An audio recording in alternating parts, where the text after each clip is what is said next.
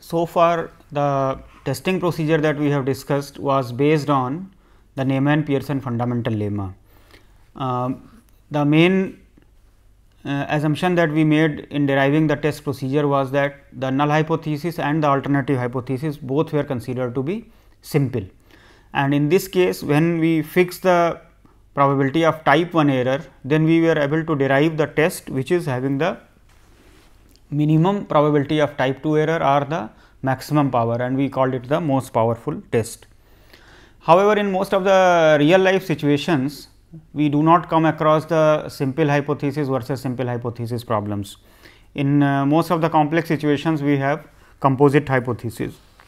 As a very simple case, we may have the family of distributions as normal mu sigma square distributions, and we may like to, even now we may like to test something like whether mu is equal to 0 or mu is not equal to 0. Note here that now this H naught is not a simple hypothesis, this is composite, because sigma square is unknown. Here we have assumed both parameters to be unknown, both parameters are unknown.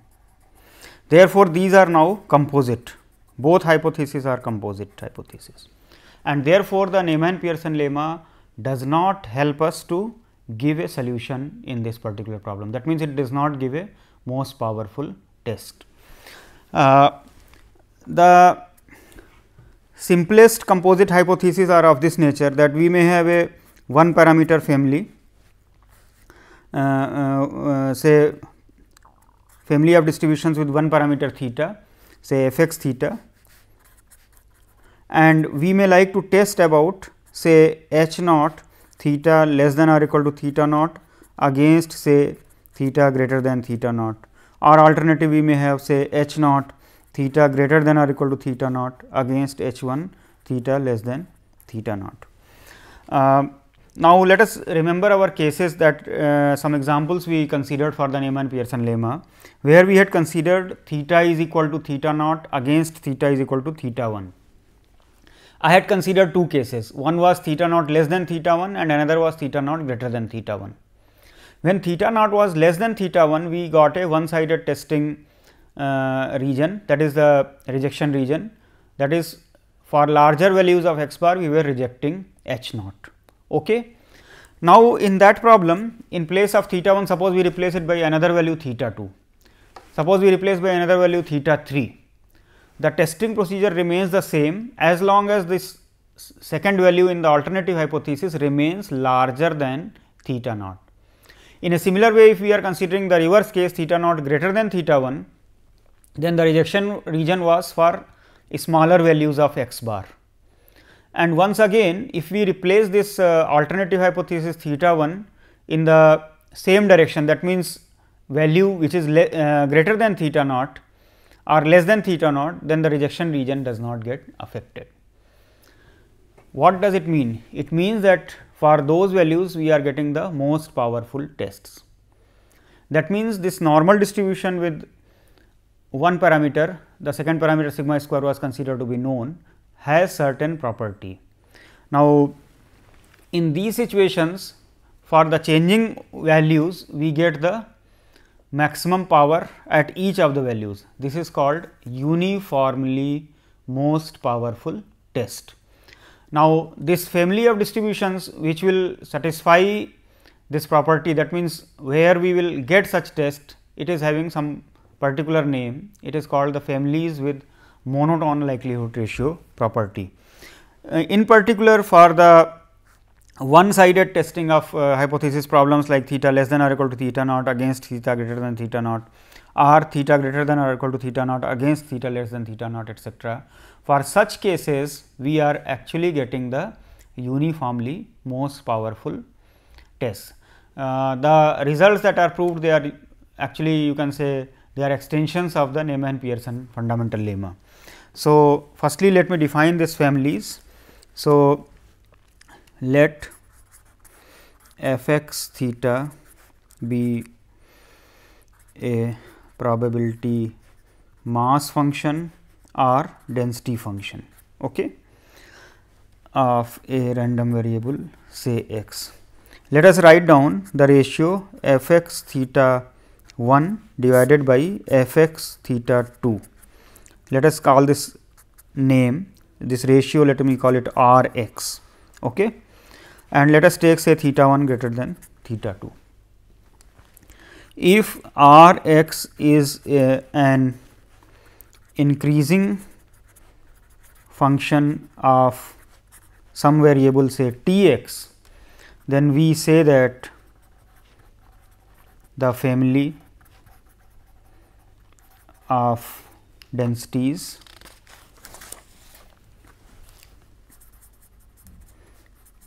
the word densities means it includes the probability mass functions.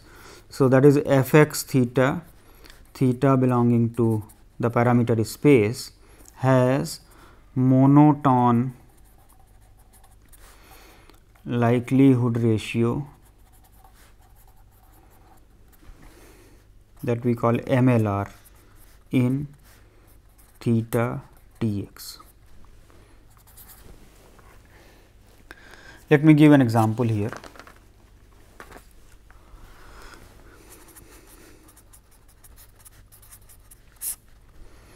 Say, let us consider say x following a normal distribution with mean theta and known variance 1. Let us write down the distribution. F x theta is 1 by root 2 pi e to the power minus half x minus theta square. Let us consider this ratio R x, that is f x theta 1 divided by f x theta 2.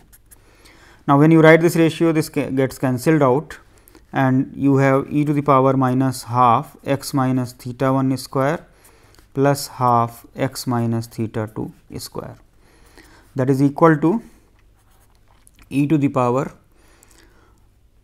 half theta 2 square minus theta 1 square, and then you will have plus theta 1 minus theta 2 x.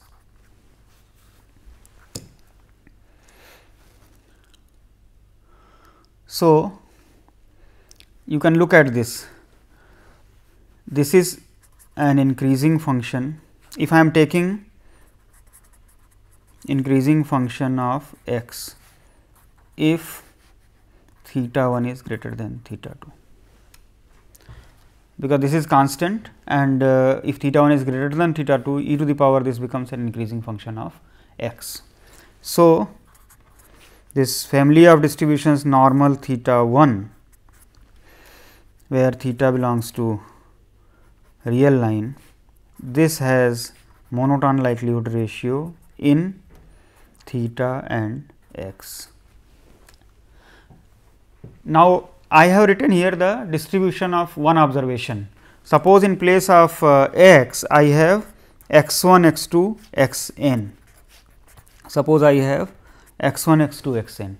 In this case, f x theta we have to write the joint distribution of x 1, x 2, x n. So, the joint density of x 1, x 2, x n. So, let me give the notation f x, where x is standing for the values x 1, x 2, x n of capital X 1, capital X 2, capital X n. So, this becomes 1 by root 2 pi to the power n e to the power minus 1 by 2 sigma x I minus theta square. Let us simplify this. We can write it as 1 by root 2 pi to the power n e to the power minus half sigma x I square minus n theta square by 2 plus, now you have the cross product term twice x I theta with a minus sign, and minus minus will become plus and 2 will cancel out. So, you get twice n x bar theta, where x bar is the 1 by n sigma x I. Okay. So, now you write down this ratio f x theta 1 divided by f x theta 2, that is turning out to be. Now, when you write the ratio, this constant term will get cancelled out, e to the power minus half sigma x I square will get cancelled out. We will be left with e to the power n by 2 theta 2 square minus theta 1 square plus n x bar theta 1 minus theta 2. Now, this is constant. For theta 1 greater than theta 2, this becomes an increasing function of x bar. So, this ratio an increasing function of T x is equal to x bar when theta 1 is greater than theta 2. So, this family of distributions normal theta 1 when we are having n observations. So, we have MLR in theta and x bar we can say. Now, the similar thing we can observe for various distributions. Let me give a couple of more examples. Here I have considered the normal distribution when the variance is assumed to be known. Now, there can be the other case where mean may be known and the variance may be unknown. Let us take that case. Let me again consider say one observation and then I will consider n observations. Generally, we are dealing with the sample. So, let me take this case. Here sigma square is a positive parameter. If we consider the density function here, it is 1 by sigma root 2 pi e to the power minus x square by 2 sigma square, where x is any real number.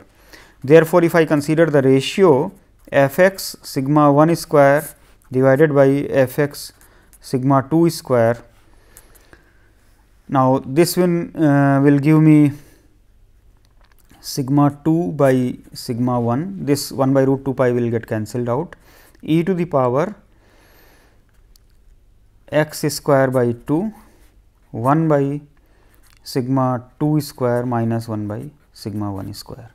Now, let us take say sigma 1 square greater than sigma 2 square, that means 1 by sigma 1 square is less than 1 by sigma 2 square.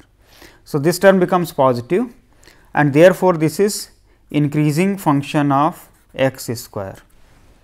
So, this family of normal 0 sigma square distributions, this has monotone likelihood ratio in sigma square x square.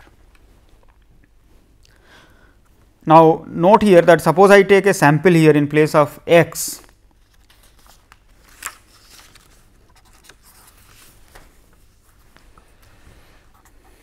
let us take sample say x 1, x 2, x n following normal 0 sigma square, and let us write the same thing once again. The joint distribution, the joint density of x 1, x 2, x n, that will become 1 by sigma root 2 pi to the power n e to the power minus sigma x I square by 2 sigma square, where sigma square is positive and each x I is on the real line. So, when we write down the ratio,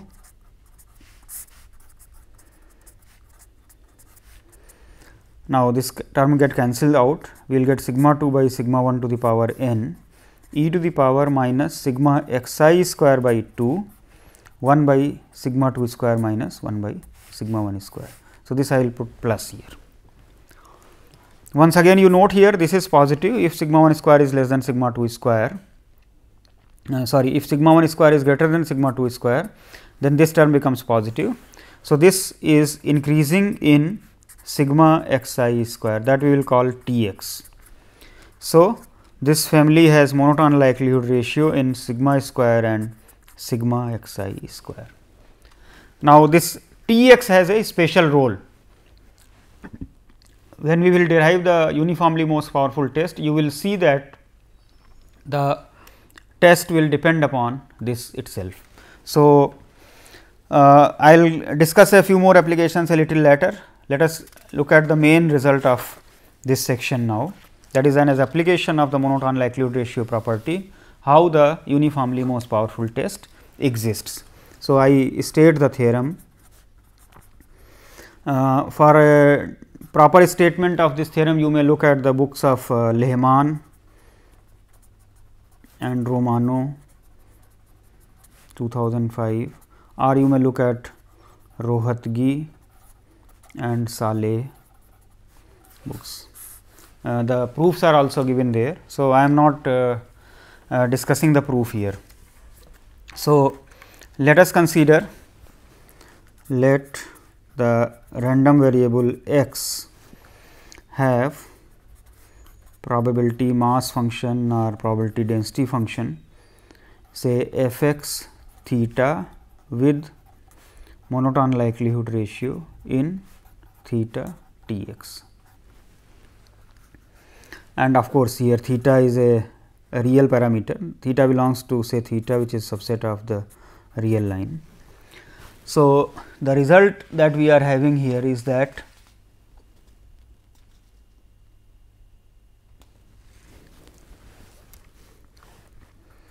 for testing h naught theta less than or equal to theta naught against h 1 theta greater than theta naught, there exists a uniformly most powerful test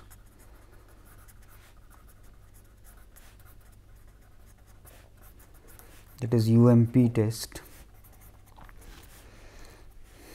given by, as before we will use the phi notation for the test function. So, you reject if T x is greater than c, you reject with probability gamma if T x is equal to c, and you accept if T x is less than c, where c and this gamma are determined by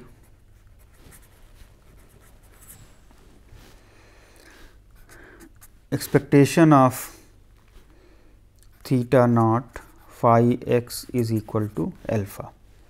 Let me call these conditions 1 and 2. Note here that similarity with the Neyman-Pearson lemma. In the Neyman-Pearson lemma, we had written f 1 by f naught greater than k. Now, if f 1 by f naught is an increasing function of T x, then that region is transformed to T x greater than c. So, it is, as I mentioned, it is direct extension of the Neyman-Pearson fundamental lemma only. The result is coming from there. The power function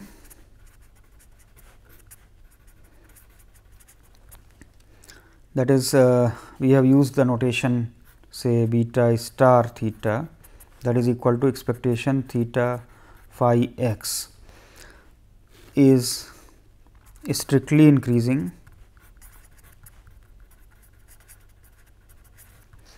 for all points theta for which it lies between 0 and 1.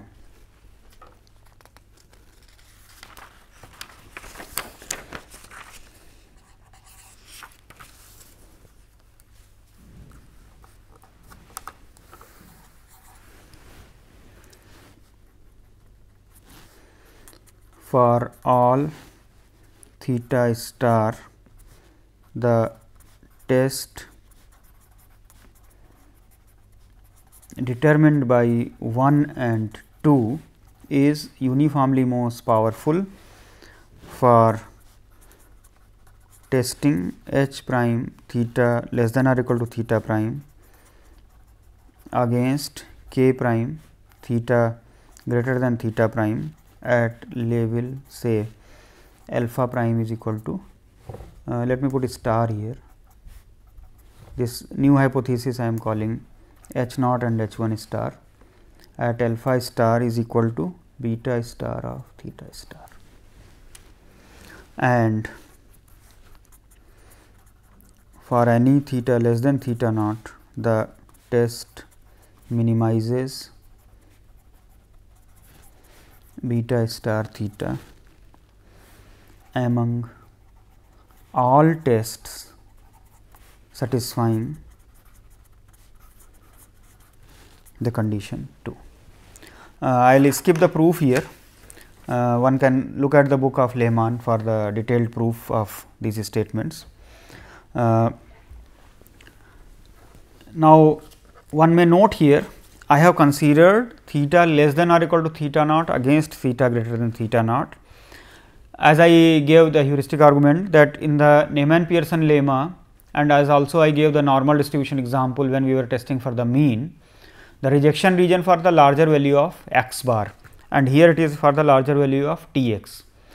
So, if we reverse, like for the null hypothesis region we consider greater, and for the null alternative hypothesis we consider less than or equal to, then the rejection region will also get the reverse.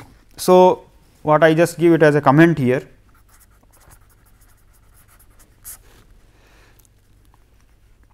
if we consider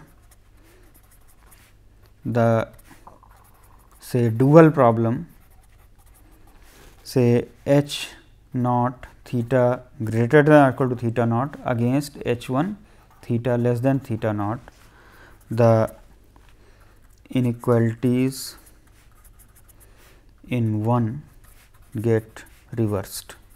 So, you have the solution in a similar manner there. Let me take an application here.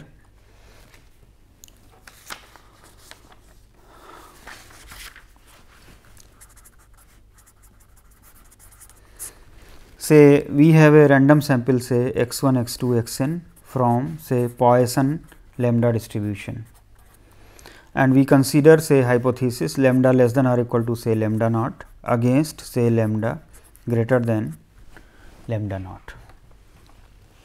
Now, let us look at this family of Poisson distributions, whether it has a monotone likelihood ratio or not. So, the joint probability mass function of x 1, x 2, x n. So, we write it as f x lambda product I is equal to 1 to n e to the power minus lambda, lambda to the power x I by x I factorial, that is equal to e to the power minus n lambda, lambda to the power sigma x I divided by product x I factorial. So, if we consider the ratio for lambda 1 greater than lambda 2, let us consider the ratio f x lambda 1 by f x lambda 2. So, it is becoming e to the power minus n lambda 1, lambda 1 to the power sigma x I divided by product x I factorial divided by e to the power minus n lambda 2, lambda 2 to the power sigma x I, and this term will get cancelled out. So, we can write it in a simplified fashion as lambda 2 minus lambda 1, lambda 1 by lambda 2 to the power sigma x I. This lambda 1 by lambda 2 is greater than 1, because lambda 1 is greater than lambda 2. Therefore, this will become an increasing function. This is an increasing function in T x is equal to sigma x I. So, we have monotone likelihood ratio in lambda and sigma x I. So, we can apply the theorem that I gave. If the family has monotone likelihood ratio in theta and T x, then for one sided null hypothesis versus one sided alternative hypothesis, the uniformly most powerful test is obtained here. So, let me write it here. So, the UMP test is given by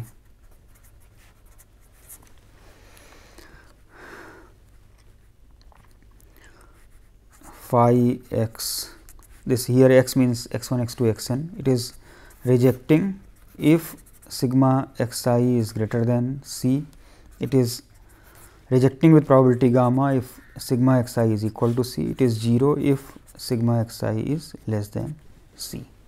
Now, the sigma x I is actually, let me write say it as equal to y, then that will follow Poisson distribution n lambda. Now, C and gamma are determined by the condition expectation of lambda naught phi x is equal to alpha. Now, this is reducing to, let me write it as say 1 and this as 2. So, this condition 2, let me simplify.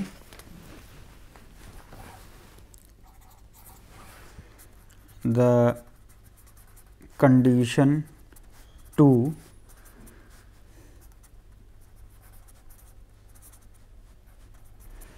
so expectation of lambda naught phi x, since this phi x is completely dependent upon sigma x I, that is y. So, it is becoming probability of y greater than c plus gamma times probability of y is equal to c. This is equal to alpha when the true parameter value is lambda naught.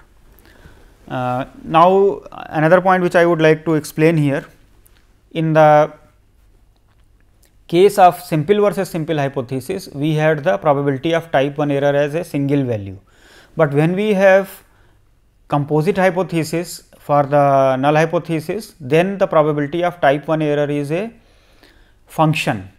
However, this is an increasing function, which I mentioned in the statement of the theorem also, that the power function is strictly increasing function. So, the probability of type 1 error is increasing.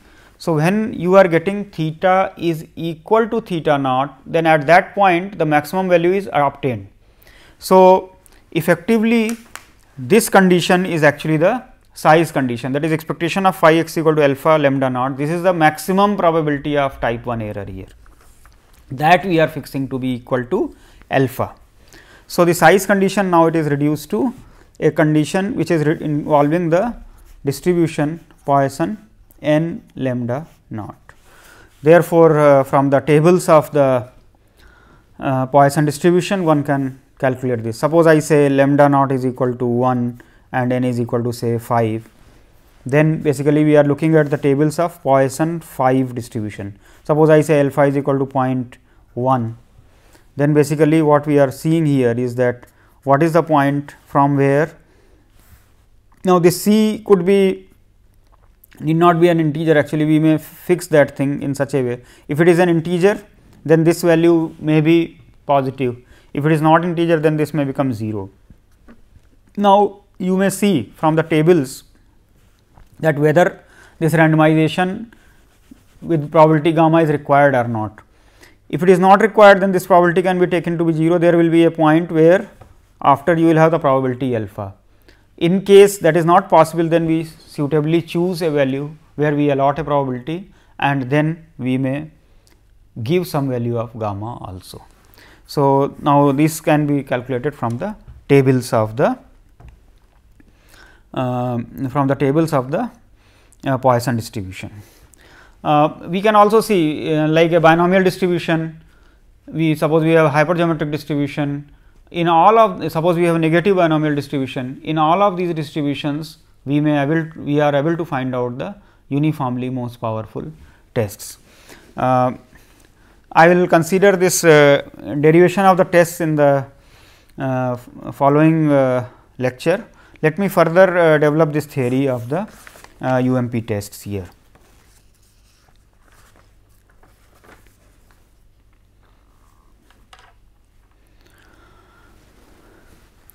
So, let us consider one parameter exponential family.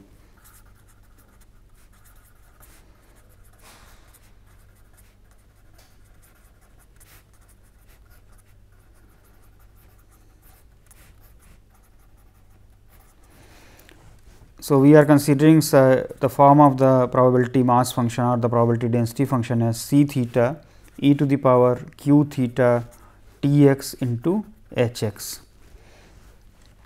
Here q function is strictly monotonic function. That means, it could be monotonically increasing or monotonically decreasing. Let us write down the ratio f x theta 1 by f x theta 2. Then this is becoming c theta 1 e to the power q theta 1 minus q theta 2 T x, and h x will get cancelled out by c theta 2. Now, if q is monotonically increasing,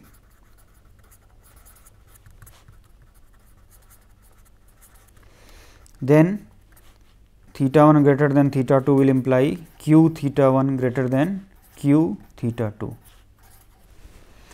That means, this term will become positive, and you will have this as increasing function of T x. So, this ratio becomes an increasing function of T x. So, the family f x theta, this will have monotone likelihood ratio in theta T x. On the other hand, if I consider say q theta to be monotonically decreasing,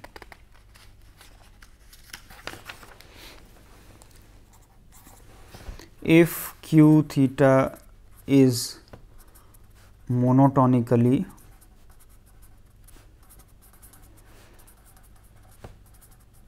decreasing, then this R x term, what will happen here, that q theta 1 will become less than q theta 2 if theta 1 is greater than theta 2. Therefore, this term will become decreasing function of T x, and therefore, monotone likelihood ratio will be in minus T x, decreasing in T x. So, MLR will be in theta and minus T x. That means, the test function will get reversed. Inequalities like here we have T x greater than c, it will become T x less than c. So, as a corollary of the previous theorem, we can write then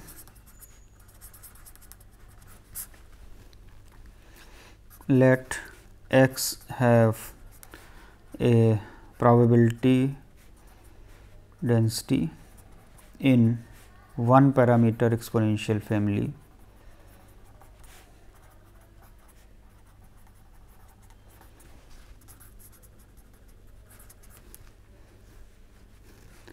that is f x theta is equal to c theta e to the power q theta T x into h x, where q is monotonic function.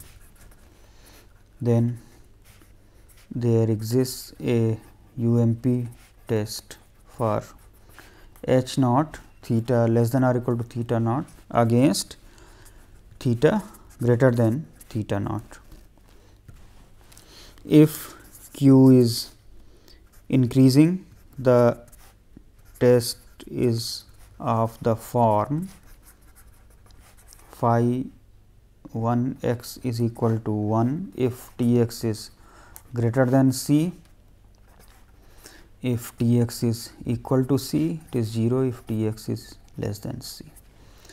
If q is decreasing, the inequalities will get reversed.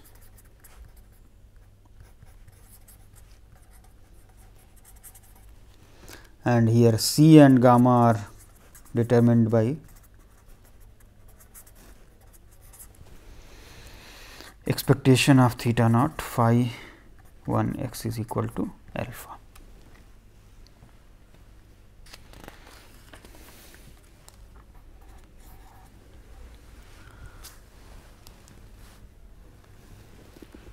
Let me consider one example.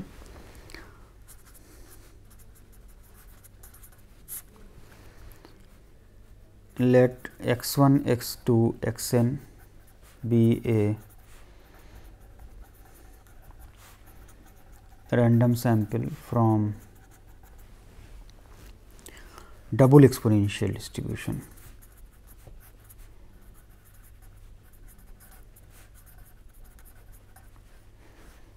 With PDF given by say f x theta is equal to half e to the power minus modulus x by theta and here 1 by 2 theta.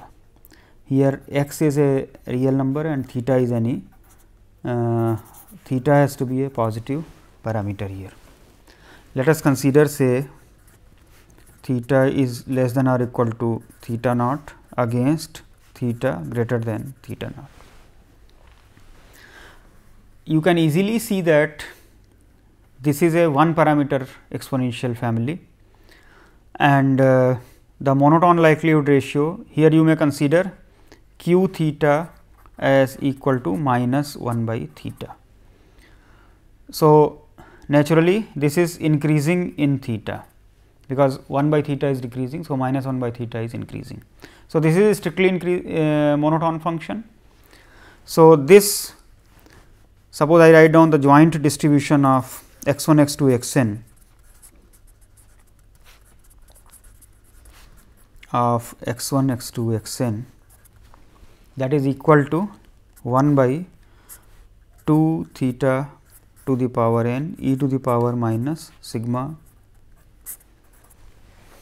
So, monotone likelihood ratio in theta and sigma x I, this is T x,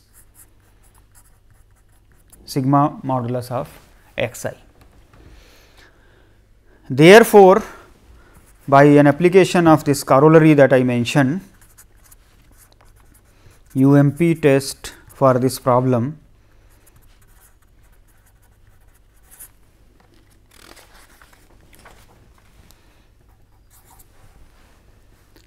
let us say reject H naught if sigma modulus of x I is greater than C. Now, note here that we are dealing with the continuous distributions. So, I have written this part only, this part will be the rejection region, acceptance region. Now, sigma of modulus x I is equal to C. We need not write this portion here because this will have probability 0. So, without loss of generality I am including the equality here. Now, what we need to do is to determine this where C is to be determined from the size condition, that is expectation of phi x is equal to alpha. Now, let us consider say y I is equal to modulus of x I. If x I is having double exponential distribution, then modulus of x I will have simple exponential distribution, that is 1 by theta e to the power minus y I by theta. So, this will have distribution 1 by theta e to the power minus y I by theta. So, sigma modulus of x I by theta, that is y I sigma y I by theta, that will have gamma distribution with parameters n and 1. That means, twice sigma modulus x I by theta naught, that will follow chi square distribution on 2 n degrees of freedom under theta is equal to theta naught. So, when we consider this size condition, that is probability of sigma modulus x I by theta naught twice greater than or equal to some 2 c by theta naught, this is equal to alpha when theta is equal to theta naught. This implies that this 2 c by theta naught should be equal to chi square 2 n alpha. That means, on the chi square curve with the 2 n degrees of freedom, this probability is equal to alpha. So, this is chi square 2 n alpha point. So, the test is written as, so the UMP test is reject H naught if twice sigma modulus x I by theta naught is greater than or equal to chi square 2 n alpha. This is a UMP test of size alpha, and of course, accept H naught if this is less. So, you can see this extension of the Neyman Pearson theory to the families with the monotone likelihood ratio is helpful in providing the uniformly most powerful tests for one sided testing problems. If the families have monotone likelihood ratio, we are able to directly use these things here, and we are having exact test here. That means, once we have the observations and our testing problem is clearly specified, then at a given level of significance we can provide a decision whether we should accept a null hypothesis or not. On the other hand, if we do not specify alpha in advance, then we can find out the p value here. Now, let me proceed further with this theory here.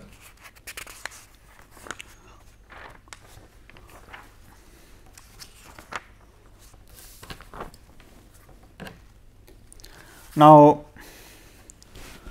for further extension of this theory of most powerful tests, generalization of the Neyman Pearson fundamental lemma was done. Let me state these results without any proof here, and these results are used for solving further problems. That means, here we are considering theta less than or equal to theta naught. So, it is strictly one sided. Now, there can be cases where we may have two sided also. For example, if I am considering say a binomial proportion, whether it lies in a range or it is outside a range. Now, if I say it is within a range, then it is like an interval, but if I say it is an outside a range, for example, I may say it is outside the interval 1/4 to 3/4. That means, I am saying the hypothesis is p less than or equal to 1/4 or p is greater than or equal to 3/4. This is a two sided thing. Now, in families with the monotone likelihood ratio etcetera, this Neyman Pearson theory is applicable to this also. And then there is another point, that is regarding the determination of the constants in the test. In the one sided thing, the maximum was occurring at the cutoff point, that is theta naught here. When we have two sided, then you will have two cutoff points. It will increase, and then, so what will happen, that we will consider the maximum value and at both the end points, that is at both the points end points of the intervals. So, these results are proved using certain extended features of the Neyman Pearson lemma. So, the result is known as the generalization of the fundamental lemma. Let me give it here first of all. A generalization of the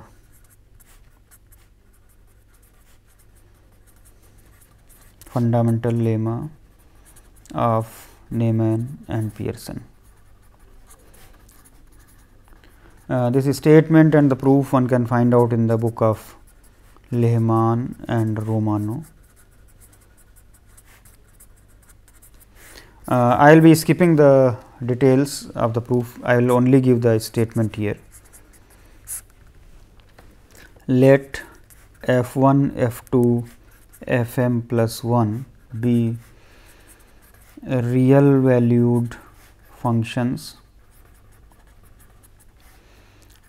defined on a Euclidean space X and integrable mu, and suppose that there exists a critical function phi for given constants C1, C2, Cm satisfying integral phi fi d mu is equal to C I is equal to 1 to m. Let us say C is the class of all critical functions phi satisfying 1.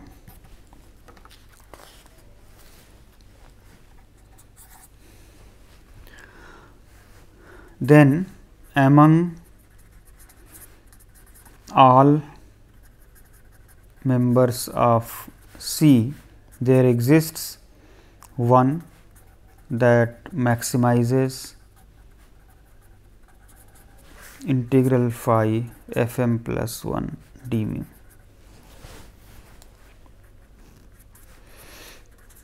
A sufficient condition for a member of C to maximize integral phi f m plus 1 d mu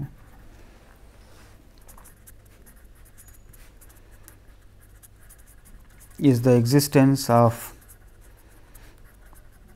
constants k 1, k 2, k m such that phi x is equal to 1 when f m plus 1 x is greater than sigma k I f I x I is equal to 1 to m, and it is equal to 0 when it is less. Thirdly, if a member of C satisfies 2 with k 1, k 2, k m greater than or equal to 0, then it maximizes integral phi f m plus 1 d mu. Among all critical functions satisfying phi f I d mu less than or equal to C I for I is equal to 1 to m.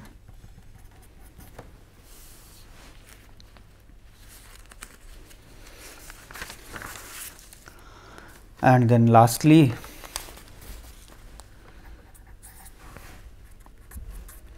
the set M of points in the m dimensional space whose coordinates are say phi f 1 d mu and so on, phi f m d mu,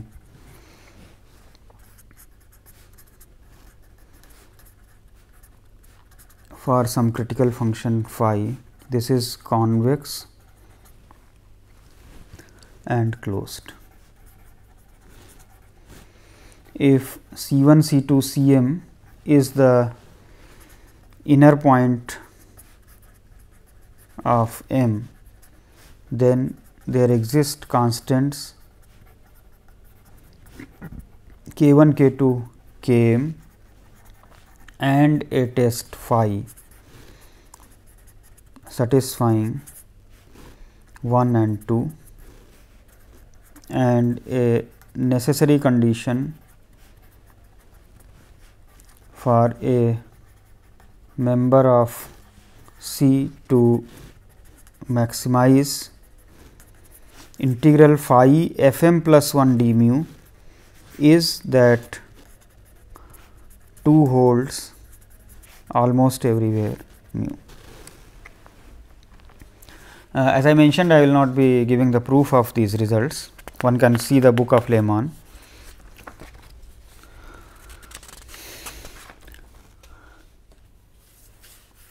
Now, this extension is helpful for solving more general testing problems. As a corollary, I state the following: let P 1, P 2, P m plus 1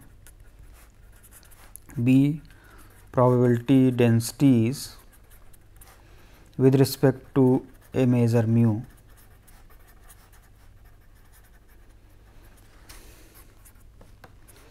and let 0 less than alpha less than 1. Then there exists a test phi such that expectation of phi x is equal to alpha for I is equal to 1 to m, and expectation of phi x for m plus 1 it is greater than alpha, unless of course p m plus 1 is equal to sigma k I p I almost everywhere.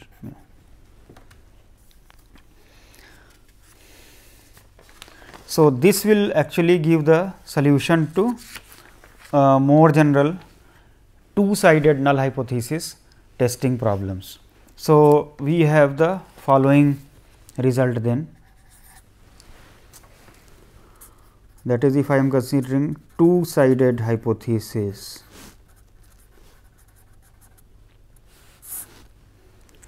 So, we can say that UMP tests also exist for certain two-sided hypothesis of this nature, h naught say theta less than or equal to theta 1 or theta greater than or equal to theta 2, where theta 1 is less than theta 2. So, we may like to test whether for example, say theta is the error measurements. So, we may like to check whether the error measurements lie within a certain range or they are outside the range.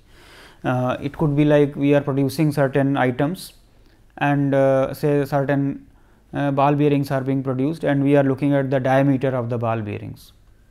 So, whether the ball bearings diameters are within a range or it is outside the range. If it is within the range, we will be accepting the product as the good item. If it is outside, then we will be rejecting that. So, therefore, this is a perfect case for the two-sided testing hypothesis problems. We may have say h 1 as theta 1 less than theta 2. So, the result is that by the use of the generalization of the Neyman-Pearson fundamental lemma, we can actually give the uniformly most powerful test for these situations also. So, we have the following theorem which I will state.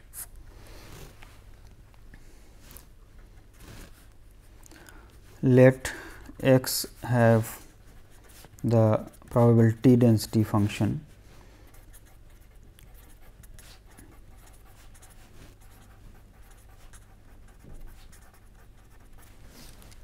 with respect to a measure mu,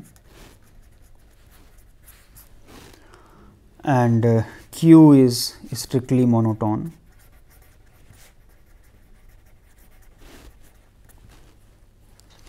Then for testing theta less than or equal to theta 1 or theta greater than or equal to theta 2, where theta 1 is less than theta 2, against the alternatives theta 1 less than theta 2, there exists a uniformly most powerful test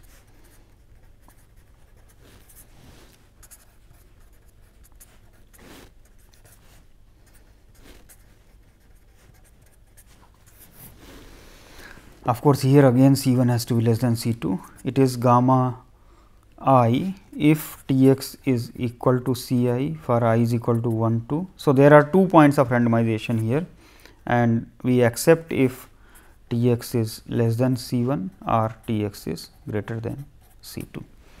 Once again, if we are considering Q to be strictly monotone here, then the family of distributions has monotone likelihood ratio in theta T x or theta minus T x, and therefore, so here I have taken for example, increasing, say, because we are writing the region in the rejection region in this one. So, I am considering monotonically increasing.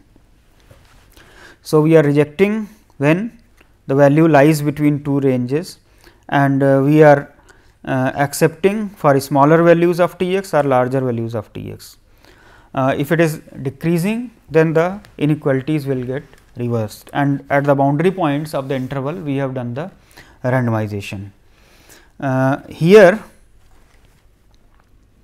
so let me consider this as 1, this as 2 say.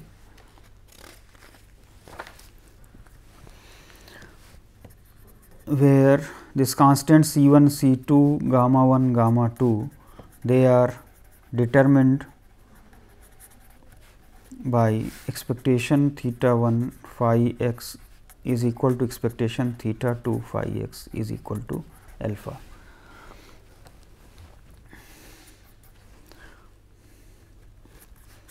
This test minimizes expectation phi x subject to 3 for all theta less than theta 1 and theta greater than theta 2.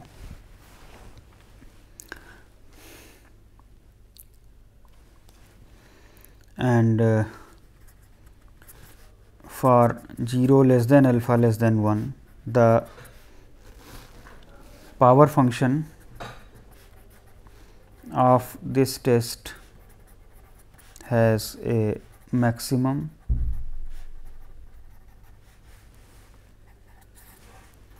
at a point theta naught between theta 1 and theta 2 and decreases strictly as theta tends away from theta naught in either direction.